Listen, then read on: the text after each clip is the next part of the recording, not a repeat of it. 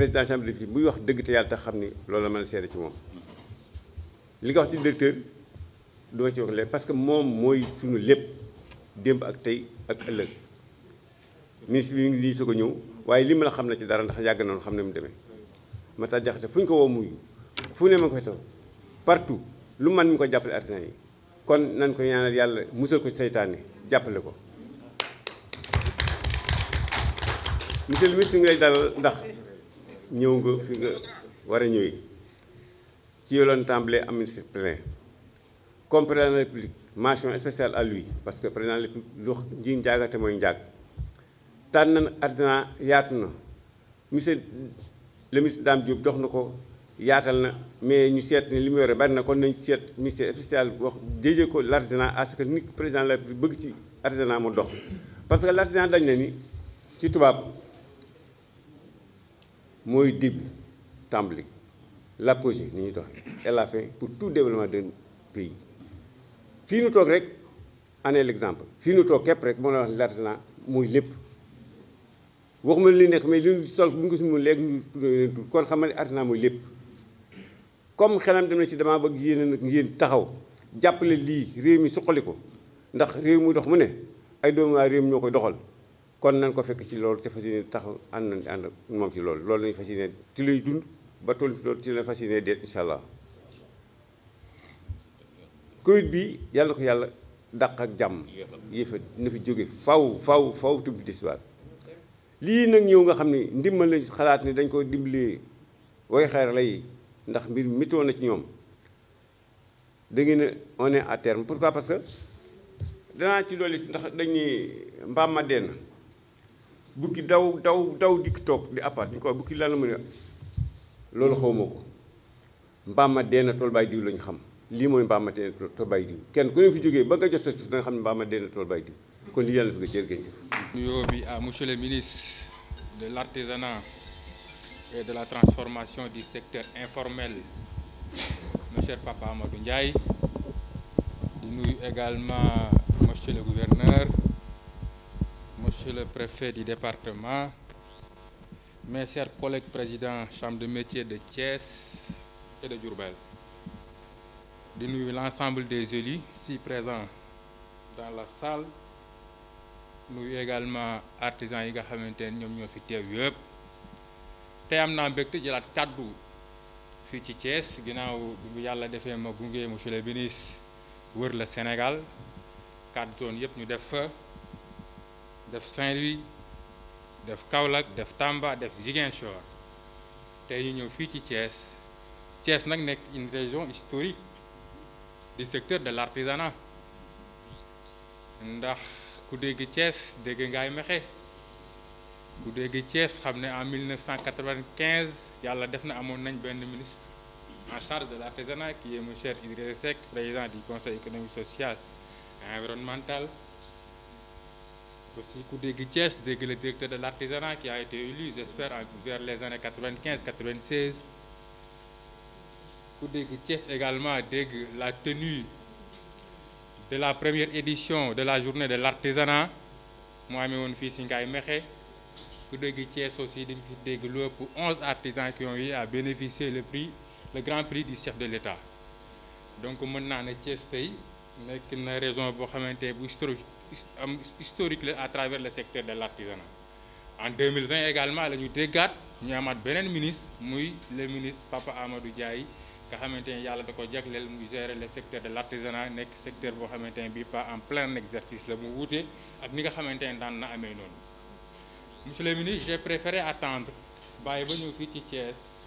du jéem la dresser les doléances des artisans yi nga xamante ne moom la artisans yi soxla di ko xaar ci yow ginnaaw bu ñu amee yaakaar ci yow bu baax a baax dañuy commencer d'abord par féliciter le président de la République monsieur Macky Sall ci ndimbal gi nga xamante ne nii jagleel na ko le secteur de l'artisanat te mën naa ne lii dafa ñëw dolleeku ci li nga xamante ne moom la jot a def pour le secteur de l'artisanat vision le président de la République pour le secteur de l'artisanat loolu yaakaar naa ñun ñëpp amul kenn koo xamante ne naatable na ko ñun artisan Sénégal yi gis nañ jéego yi nga xamante ne def na ko defaat na ko gis nañ aussi décision yi nga xamante ne jël na ko jëlaat na ko donc loolu ñun artisans yi amuñ lu dul daal di koy njukkal leen. Monsieur le ministre bëgg nañ tey jii la modernisation du secteur de l'artisanat et c'est le moment war nañu mun a profiter ci ginnaaw bu ñu amee un président qui croit au secteur de l'artisanat wax ci lu ne ba yàlla def tey boole un ministre boo xamante ne vraiment am nañu yaakaar ci moom kon tey jii dina am mbégte lool pour dresser la li nga xamante ne moom la ñuy xaar ci yow. La modernisation du secteur de l'artisanat nag on doit commencer d'abord par xool siège yi nga xamante ne moom la ñu nekk bul nga référence rek bu Thiès ndax bu Thiès macha allah président bi moom jàmbaar mais fi nga jot a jaar yow gisal nga sa bopp donc loolu ba ñu ngi la ciy xaar su ko defee nga seet naka ngay def ba moderniser les sièges bi ma jógee ci les sièges aussi bëgg naa nga xoolal ñu les villages artisanaux on veut plus de réflexion de villages artisanaux nous voulons de nouveaux villages artisanaux ndax village artisanal yi moom rek la ñu am pour jéem a indi suñuy produit exposé ko fa tey jii nag su fekkee am nañu yenn village yi nga xamante ni peut-être dem fa amul lenn loo xamante ni dina la envier pour tax nga dem fa léeg-léeg sénégalais yi duñ fa dem donc nag nañu fexe tey jii yow nga am benn programme national boo xamante ni c'est pour la construction des villages artisanaux mais au nom à la réflexion. Monsieur le ministre bëggoon naa également nga renforcer en ressources humaines aux différentes chambres de métiers ndax yi tamit d'accord nañ moi je suis le président de l'union nationale des chambres de métiers mais léegi-léeg ñun élus accompagnement technique bi ñuy am pour mun a pouvoir décrocher des financements pour pouvoir décrocher am ay partenaires yoo xamante ne dañuy financer léegi-léeg dafay daal di xaw a jafe loolu lu ñu koy waral mooy déficit ressources humaines bi nga xamante ne am na au niveau des chambres de métiers loolu bëgg nañ nga indi ci ay coppite seet naka ngay def ba accompagner artisans yi dans ce sens. Monsieur le ministre je voudrais également pour wax la commande publique bi nga xamante ne président da ci am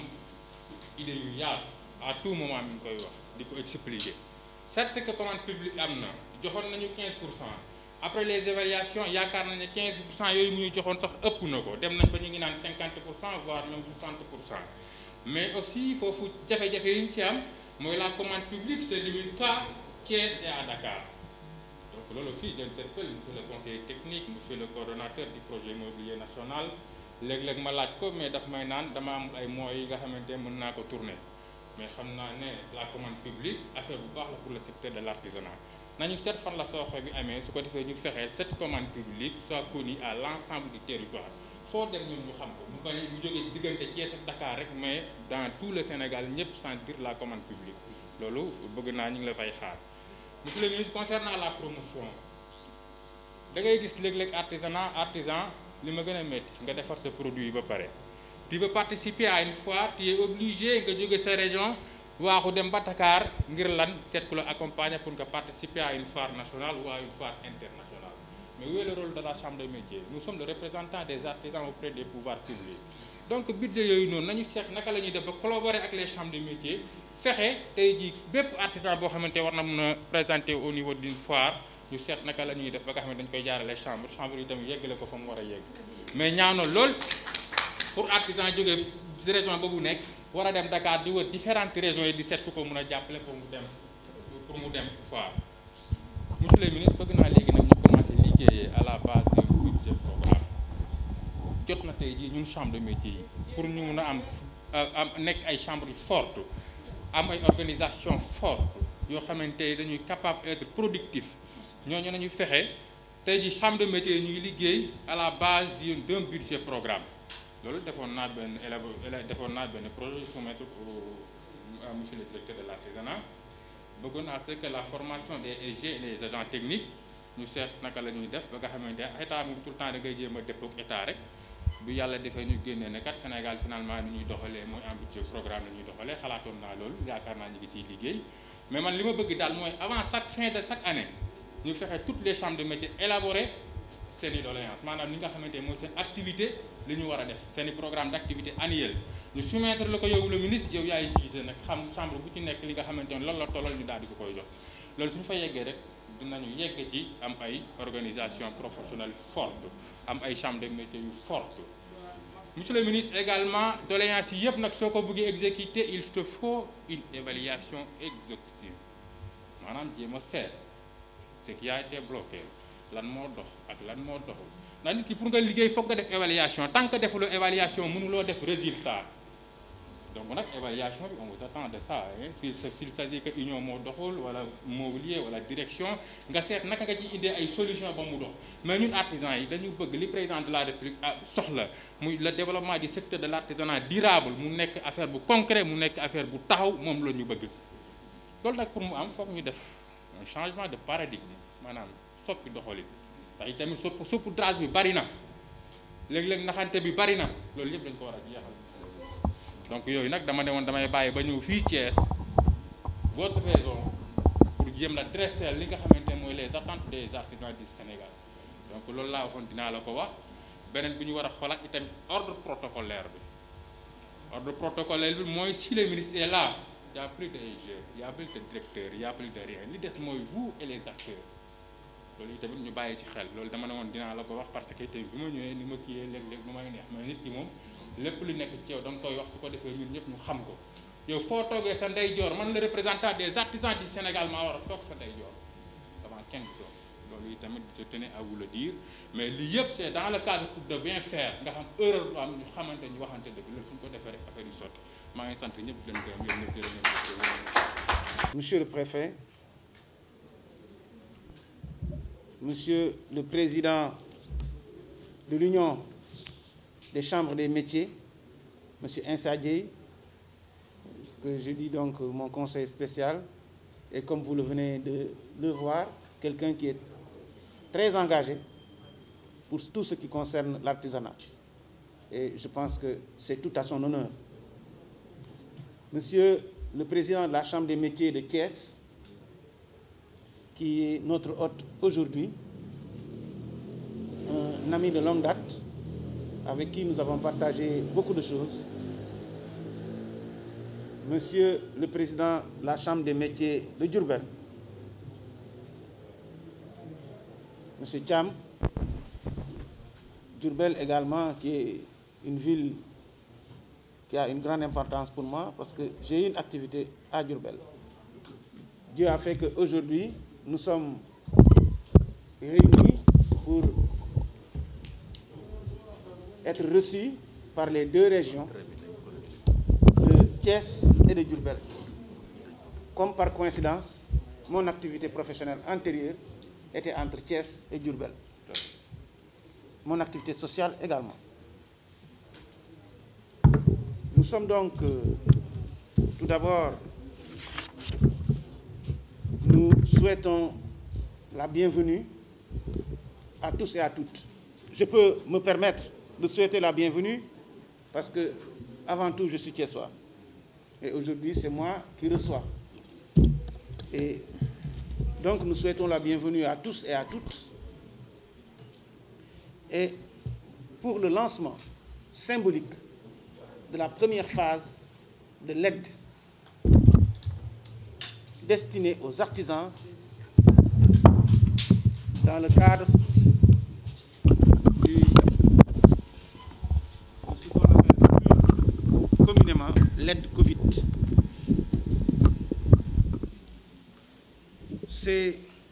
Nous sommes aujourd'hui dans le pôle ouest qui regroupe la région de Diourbel et la région de Thiès. Deux régions dont l'histoire, mais également l'économie, la position en font des régions extrêmement importantes dans l'architecture économique du Sénégal.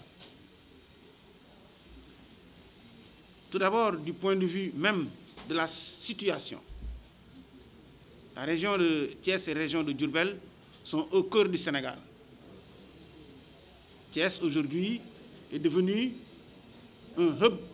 autoroutier. Les autoroutes Dakar-Touba passent par Thiès. Prochainement, on a maintenant Dakar-Mbour. Et très prochainement, maintenant, nous aurons Dakar-Mbour-Kaolack. Également, le projet Dakar-Thiès-Saint-Louis, qui font de Thiès donc un hub autorité. Il est également un hub aéroportuaire avec l'aéroport de Diass. Et très prochainement, ce sera un grand hub portuaire avec le port de Ndayane, qui est l'un des plus grands projets de l'État du Sénégal depuis son indépendance. Du point de vue donc de ces ressources naturelles, Thiès a, comme tout le monde le sait, les ICS avec le phosphate, l'Amlam avec le phosphate, aujourd'hui le zircon, et j'en passe. Du point de vue humain, les régions de Thiès et de Diourbel constituent les régions les plus peuplées du Sénégal, en dehors de Dakar, avec des populations très jeunes, dynamiques, engagées. Aujourd'hui, si nous allons à Dakar, dans toutes les activités, nous trouverons toujours des ressortissants de Thiès et de Diourbel extrêmement engagés, dynamiques et faisant des réussites dans tous les domaines. Ce qui fait donc de Thiès et de Diourbel avec des régions avec un capital humain avéré. Nous avons également, du point de vue économique, le tourisme, avec Mbour, qui constitue une capitale touristique avec Saly, mais également du point de vue culturel. Thiès et Diourbel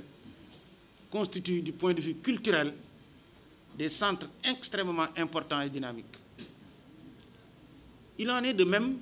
du point de vue culturel, je veux dire du point de vue de la religion. Nous avons Touba, qui est une pièce maîtresse avec son grand magal qui draine des millions d'individus. Nous avons également Tivaouane, qui constitue aussi un espace culturel extrêmement important. Thiénaba, Ndiassane, etc. Tout cela montre l'importance de cette région et de ces régions. L'ensemble donc de ces activités sont intimement liées à l'artisanat. Car l'artisanat est un facteur important, dynamique du développement économique du Sénégal. Il joue un rôle donc de stabilité, d'équilibre social, car il permet à des centaines ou des dizaines de milliers de jeunes, normalement exclus des structures formelles, à avoir une seconde chance avec non seulement une éducation, une formation, mais également un accès à une activité professionnelle. Mais l'artisanat en lui-même a été très durement impacté par la maladie du Covid. Et dans tous ces secteurs, les revenus ont été amoindris. Certains artisans vivent à la limite de la précarité. C'est pourquoi c'est le lieu aujourd'hui de remercier le président de la République pour sa solidarité, sa générosité et sa grande magnanimité envers ce secteur de l'artisanat si durement impacté.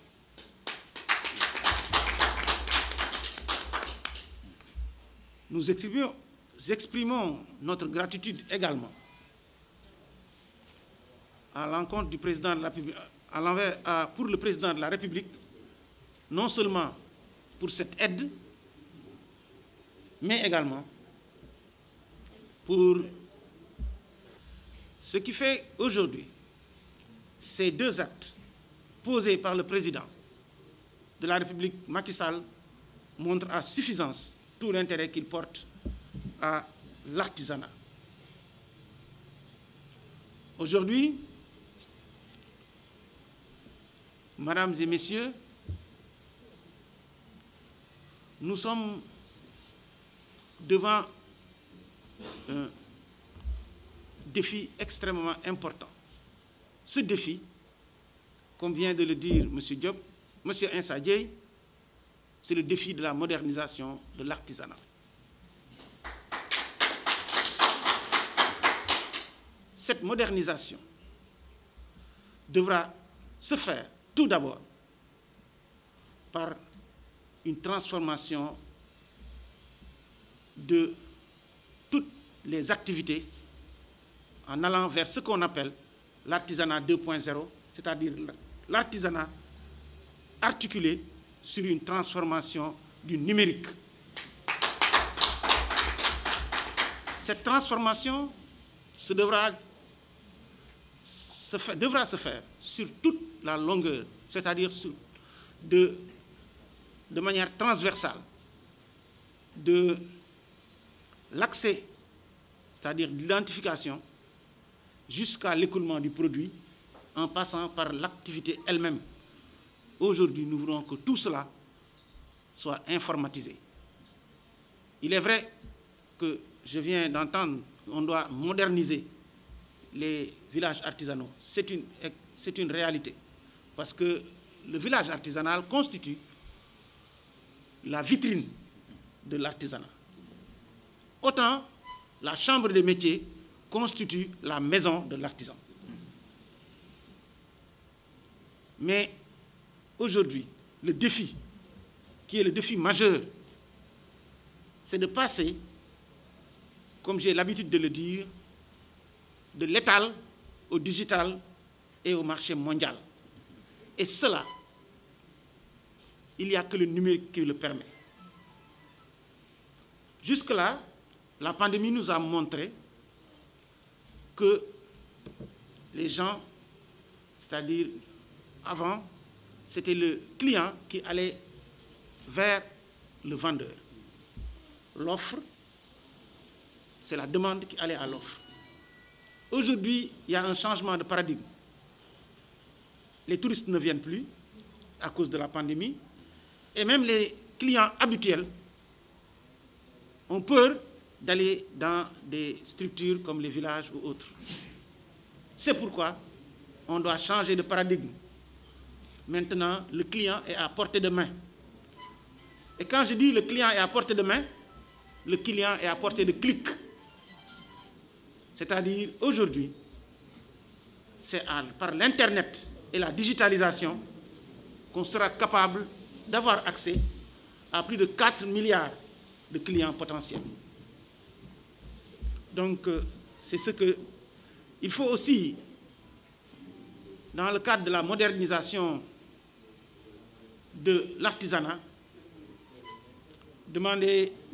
à ce que tout le monde fasse un effort pour ce qui est du consommer local. Quelle que soit la qualité de notre travail, quel que soit l'engagement de nos artisans, tant que le consommer local ne sera pas une réalité économique, c'est un échec total. Et ce consommer local doit être pour nous tous un slogan, mais en dehors du slogan, d'être une réalité économique de tous les jours. Et tous les Sénégalais doivent comprendre que le développement du Sénégal ne passera que par le patriotisme économique. Et le patriotisme économique se fera par le consommer local. Il faut aussi dire que pour ce faire, les artisans devront faire également un effort pour moderniser leur activité afin d'avoir des produits qui soient d'une meilleure finition et avoir un packaging c'est-à-dire le merchandising, ou bien, comme disent les autres, des produits beaucoup plus attrayants. Et je sais que c'est possible. Nous, du ministère, avec tout le personnel, nous allons travailler à cet accompagnement pour qu'on puisse aller vers le label Made in Sénégal, qui sera une réalité économique. Nous ne pourrons pas terminer sans tout d'abord remercier le ministre Dame Diop, qui est le ministre de la formation professionnelle et de l'insertion de l'emploi, pour avoir mené à bien le processus d'enrôlement avec tact. Nous remercierons également tout le personnel de mon ministère qui, avec beaucoup de diligence, a su mener cette tournée qui n'était pas de tout repos, mais en mode, comme on dit aujourd'hui, en mode fast track. Je remercie également ceux que j'appelle les bras, ou comme dirais-je, la maison de l'artisan, mais les bras du ministère, c'est-à-dire l'Union des chambres de métiers. Tout d'abord, le président de l'Union, qui tout de suite a montré avec engagement tout ce qu'il pense de ce secteur. Et comme je lui ai dit tout à l'heure, et on s'est déjà parlé plusieurs fois, ce secteur ne sera que ce que nous en ferons. La politique que nous devons mettre sur place, et qui est ma façon de voir, il faut une politique VIP,